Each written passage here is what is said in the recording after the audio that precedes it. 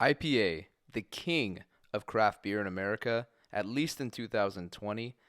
And in this video, I brew the juiciest of all juicy West Coast style IPAs I have to date. This, my friends, is something that I encourage you guys to brew immediately after watching the video and jotting down the recipe. And this is something that which I don't do very often, will re-brew at my house, hands down. I'm going to run through the recipe real quick for you guys. This is a 12-gallon batch. I brew 12 gallons to account for loss in the fermentation and from dry hopping, and to allow 2 full 5 gallons of beer. So the grain bill is 67% 2-row and 33% Vitamin Pilsner malt. I wanted to throw a little Pilsner. I normally use 2-row, and I'm really glad I did because I feel like it gave it that extra grainy touch that's so complementary to the hops and that juicy quality that ended up in the final product. I shot for 152-degree Fahrenheit mash. After 60 minutes, I then did a mash out to 168 degrees before I started to run off into the kettle.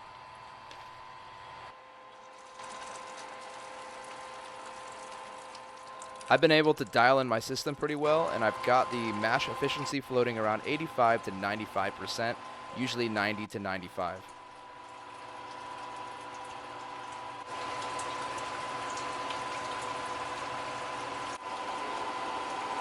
Definitely didn't put it on straight. And now we're leaking.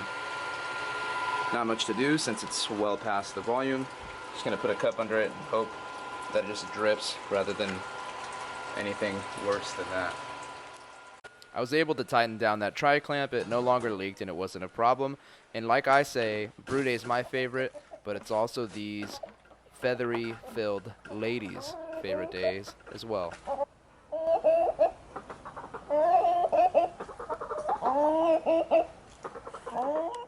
To ensure my pre-boil sample is going to be fairly accurate, I let it boil for about a minute or so before adding the hops and taking the sample so that I know it's a very homogenized batch of wort and the sugar content is evenly the same throughout the entire kettle. I hit this with a bittering addition of 1 ounce of Columbus for a 20 IBU contribution. And no other hops are added until the 15-minute mark, whereas you see right here, and that was 1 ounce of Dorado, 1 ounce of Strata, along with Wurflock and yeast nutrient. And then at flame out, I add another ounce of Strata before starting the whirlpool and chilling the beer down. I chill it to 180. It seems to be my standard go-to procedure. Once I'm at 180, I will then add my whirlpool hops for however long I usually steep them for, which ends up usually being about 20 minutes. And in that Whirlpool edition, you saw only a 2-ounce addition of Dorado and Strata, which isn't that much for this West Coast IPA.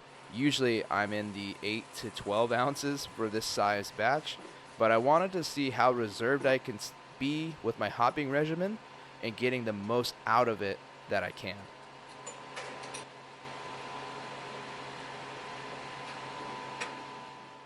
The starting gravity of this beer ended up being 1064 with a pH of 5.15, and anywhere from 5 to 5.1 to 5.2 is ideal headed into the fermenter, especially on the lower side if you consider your dry hops as they increase the overall finishing pH in your final product. Cool part of the counterflow chiller and a glycol system is I can throw a single pass through the counterflow chiller no matter what comes out. Temperature-wise on the other end, I can always rely on the glycol chiller to bring it down to pitching temps before I hit it with some oxygen and then throw the yeast in. It only took about an hour to drop it from 90 down to 65, 66. If you haven't already, make sure to go down into my videos and look at the best home brewing setup video I posted that describes to you what equipment I use and how it could benefit you.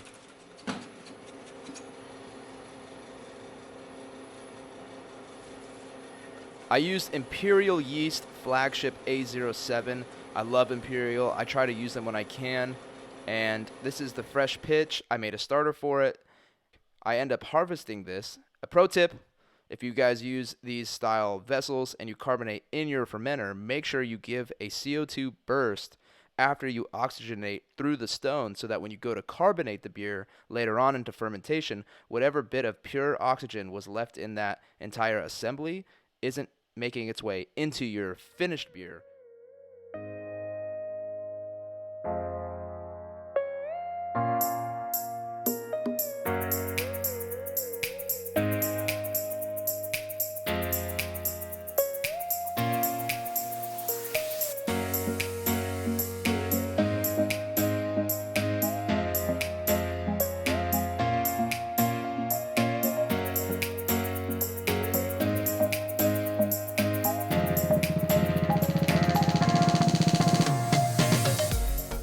If you guys have any questions on how to cold crash, if you guys have any questions on the best dry hopping procedure that I use for my beers, how to harvest yeast in multiple fermenters, make sure to leave a comment down below. And if you guys have seen or gotten any entertainment or value out of this video thus far, please make sure to smash the like button.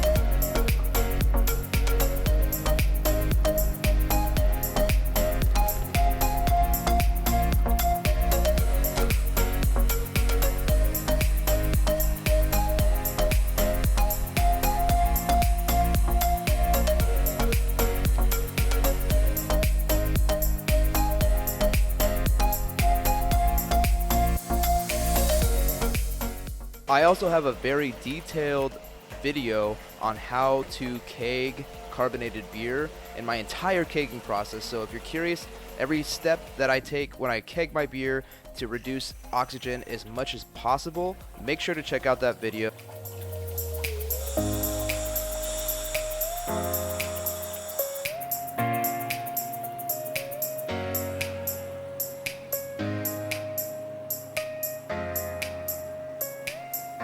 Hey Hop Killers, you made it to the end of the video, the review portion of this beer. This batch is 23 days old right now. I was contemplating waiting to let it clear up in the keg a little more, but it's drinking so nice so soon that I really just wanted to get this out for you guys. Let's go over it. It's just 2-row and Pilsner malt with Columbus, El Dorado, and Strata hops.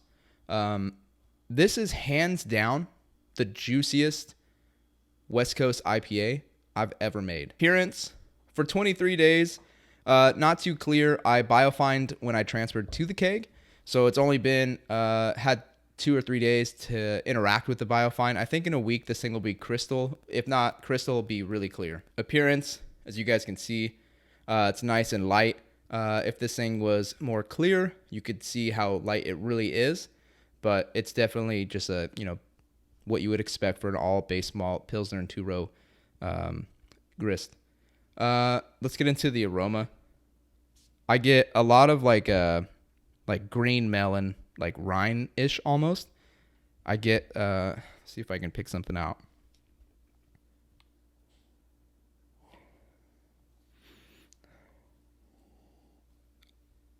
I get like a honeydew almost out of it. Honeydew.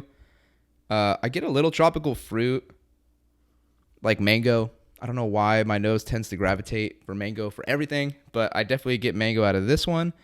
And I get some stone fruit as well. Almost, I get a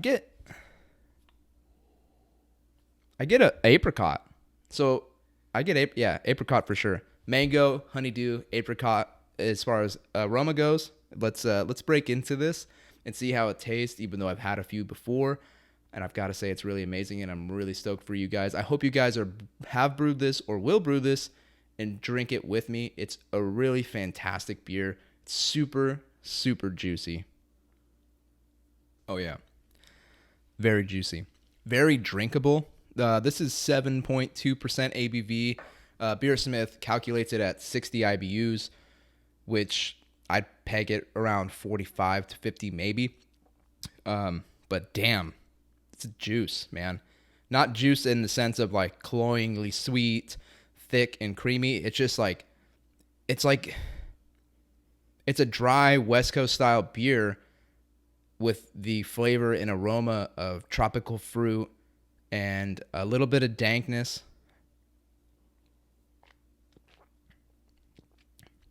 I get a little resiny quality out of it. It's really fantastic. It's really a good beer. It's such a banger for 23 days old. I mean, I'm really impressed. I know, beers get better. Some people have bangers right off the bat.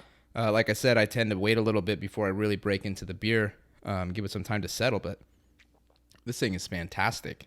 So it's a light to medium body. Carbonation is medium. Just kind of bounces on your tongue. The finish is very crisp, with a mild lingering bitterness, and the mouthfeel is, pretty dry. It's finished at 10-10.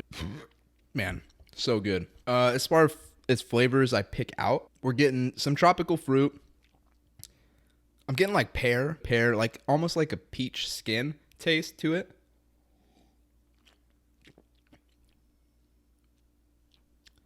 Wow, it's really good.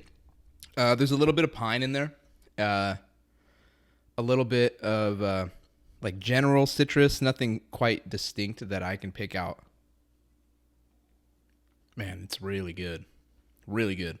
This is probably probably the most favorite West Coast IPA I've ever brewed. And West Coast doesn't quite describe this beer necessarily. It does because, that's what it is, but it's so juicy. It's not the West Coast that you imagine with just like pungent, dank, citrus, just like bitterness that's ripping your palate in half. This is like a very firm, I think it's a firm bitterness, not too abrasive, and then just all the goodness from these hops just bounce out at you. There's not really much grain sweetness in this beer. The hops are definitely dominating the format. The bitterness is enough to let you know it's there, to carry it out, and it lingers just a hair, but it finishes so clean and so crisp. By the time you're done with your sip, you want another. And this is a beer that I can definitely have multiple of. I can't say that with a lot of the hazy IPAs that I've had, that I've brewed. And it's something I've been leaning towards lately for my beer drinking, is these cleaner, more crisp, drier West Coast style IPAs. And again, the juiciest West Coast IPA I've ever made. I really hope you guys make this beer. It's one of my favorites. It is my favorite West Coast IPA I've ever made. And I'm really impressed. So cheers to all of you guys who support the channel, who have watched these videos, who continue to support it. And if you haven't already, please consider subscribing if you enjoy brewing related content, grain to glass videos like this, and a bunch more. And if you found any value out of this video, or any enjoyment, I guess, please consider giving it a thumbs up And if you really want to show this off to your brewing homies, make sure to share the video to them as well. Again, thanks for watching. This is Dylan with Hop Killer Brewery, and I'll catch you guys on the next video. Cheers.